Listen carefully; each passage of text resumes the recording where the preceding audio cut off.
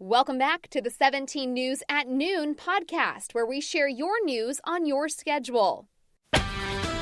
Working in the spirit of the Golden Empire, this is 17 News at Noon. Good afternoon, and thanks for joining us. I'm Nicole Gitsky. We begin with one person dead and another is injured in a several car crash on Interstate 5 near Twisselman Road. Now, CHP says a group of motorcycles were riding close together on the I-5 northbound Friday afternoon. Two of the motorcyclists crashed, causing one rider to veer to the left, hitting a Toyota. The 33-year-old motorcyclist was ejected from the bike and died at the scene. CHP says the Toyota swerved over the median and into the southbound lanes, hitting another car. It's unclear whether anyone was hurt in that crash. The other motorcycle rider veered off into the shoulder. He was taken to the hospital for moderate injuries. And new at noon, Bakersfield police need your help in finding a vehicle believed to have fled a fatal hit and run. BPD has determined to be involved in the crash last Wednesday on the 8100 block of Stockdale Highway. The crash killed 65-year-old Debbie Janot. BPD says the car fled the scene.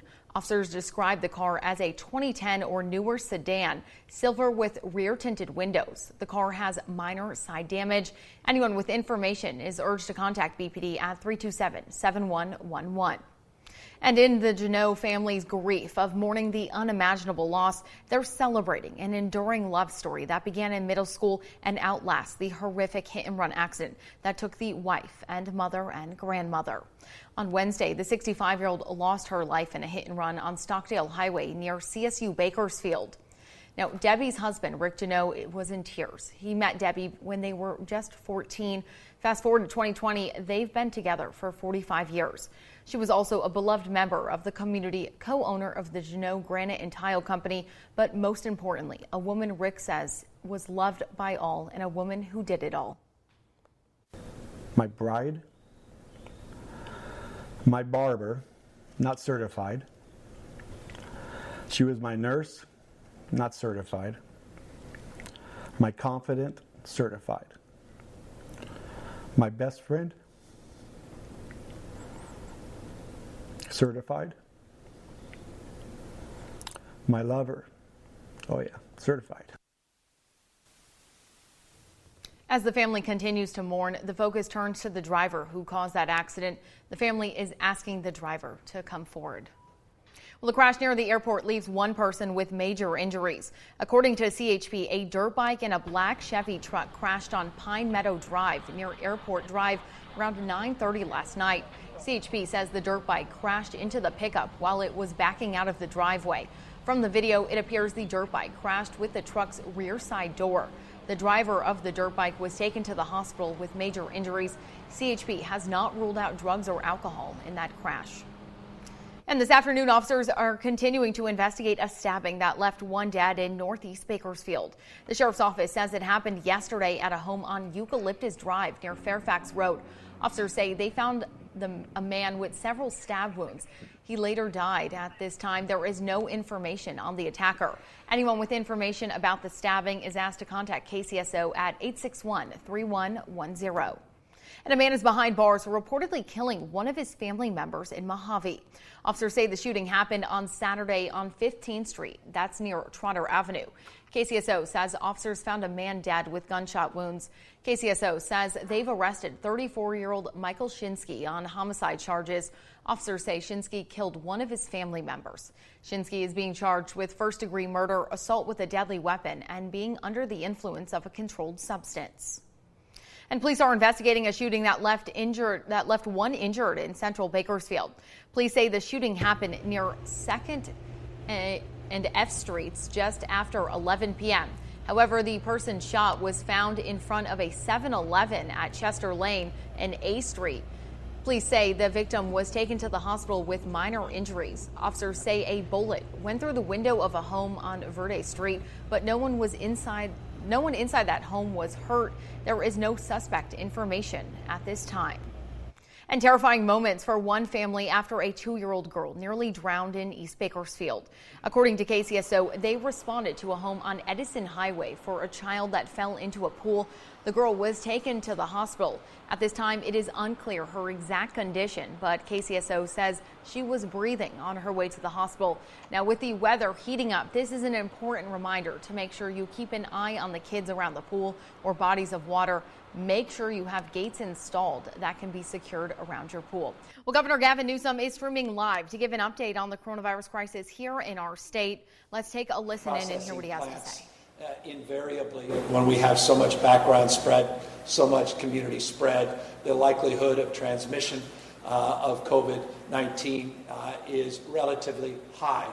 As a consequence, it's not the fact that an employee is tested positive, it's how we respond to that employee being tested positive and how we protect those co-workers, how we protect the entire business and the community those businesses are operating in. And the reason we came here is demonstrably this is a group that gets it and has been able to work collaboratively to get things done and partner again with local and state officials to allow these essential workers to continue to move forward and continue to generate opportunities not only for family members and those that are supporting their families, workers here, but as an economic engine again for Stockton and the broader county and state. So that's the reason we're here this afternoon, but we're also here intentionally for another purpose, and that's to build on what we announced on Friday. We talked a lot about the importance of protecting essential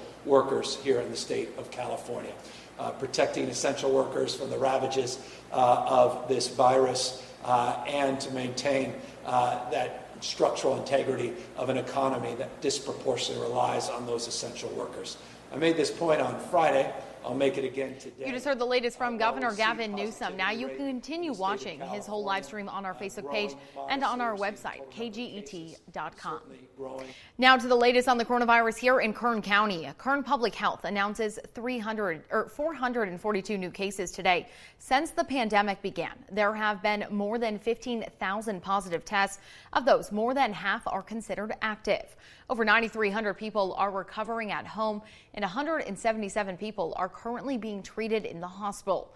Our death toll still stands at 123. Now, if you want to help people survive COVID-19, your goodwill could earn you some big bucks. When you recover from COVID-19, your body develops antibodies that boost your immune system. Donating your blood plasma after that can help other patients as well. But even though more than 5,000 people have recovered from the virus, only 100 have donated their plasma. That's according to Houchin Community Blood Bank at last check. So to motivate the thousands of potential donors, Houchin is now offering gift cards. Convalescent plasma donors will receive a $50 gift card to a local restaurant.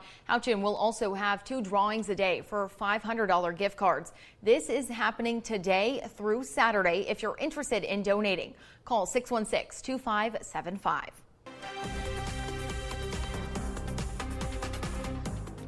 Kern County firefighters are putting out a brush fire burning just west of Stallion Springs. KCFD says the fire broke out around 2:50 yesterday afternoon off of Comanche Point and Jack Springs Road. That fire is approximately 30 acres. The department requested additional resources to help battle the blaze. Water dropping and fire retardant dropping was being used to contain that fire. Now, at last check, that fire is at 90% containment. They expect to reach full containment any minute. Let's send things back over to Kevin. And Kevin, it is hot out there and it is fire season, and we all need to be careful of that. Yeah, it is hot out there. It is fire season. If you're going to be camping in any of the Kern County areas, fire danger is extreme, and some areas don't even allow campfires right now. Beautiful shot from downtown on this Monday to the start of the afternoon. And before we get to the forecast, a lot of people have been wondering about the tropics because we have been tracking some named storms, and we continue to do so. And the one that we're tracking that is pushed away from Hawaii now is Hurricane Douglas. This is a Category 1 storm, and some people have asked me, Kevin, why didn't Hawaii get hit direct on? Well, first off, the islands are kind of a small target for a hurricane. That's number one. But number two, whenever these storms develop to the east and move west, they as they get closer to the Hawaiian Islands, they get kind of some cooler waters out here, so they start to die down. And so that's why a lot of times, not only because Hawaiian Islands are kind of a small target for these hurricanes, but they lose a little bit of strength.